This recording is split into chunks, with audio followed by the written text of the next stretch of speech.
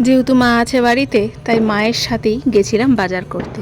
অনেক কিছু বাজার করে নিয়ে আসলাম বাড়িতে। সকালবেলা কর্তামশাই অফিসে চলে যাওয়ার পর রুটির তাওয়াটা খুব বাজে হয়ে গেছিলো, তাই মা সেটাকে পুড়িয়ে ভালো মতো পরিষ্কার করে দিল। সকালের জলখাবারে আমি বানালাম পরোটা, সঙ্গে চা। অল্প একটু মিহিদানা ছিল, সেটা দিয়ে মা আর আমি দুজনেই খাওয়াটা সারলাম।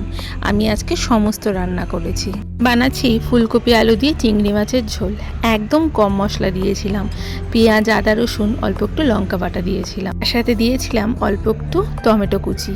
গুঁড়ো মশলার মধ্যে হলুদ গুঁড়ো আর লঙ্কা গুঁড়ো দিয়ে গোটা রান্নাটা তৈরি করেছিলাম। খেতে কিন্তু দারুণ হয়েছিল। অন্যদিকে বানাচ্ছি একটুখানি লাল শাক ভাজা। রসুনটা ফোড়ন দিয়ে লাল শাকটা দিয়ে কাঁচা লঙ্কাগুলো কেটে দিয়েছি। মা আর আমি টুকটুক করে বেশ অনেক কিছুই আজকে পরিষ্কার পরিচ্ছন্ন করছি। সঙ্গে খেয়ে নিলাম ঠান্ডা ঠান্ডা একটু মাজা। সমস্ত কাজকর্ম সেরে দুজন মিলে খাবারটা খেতে বসলাম।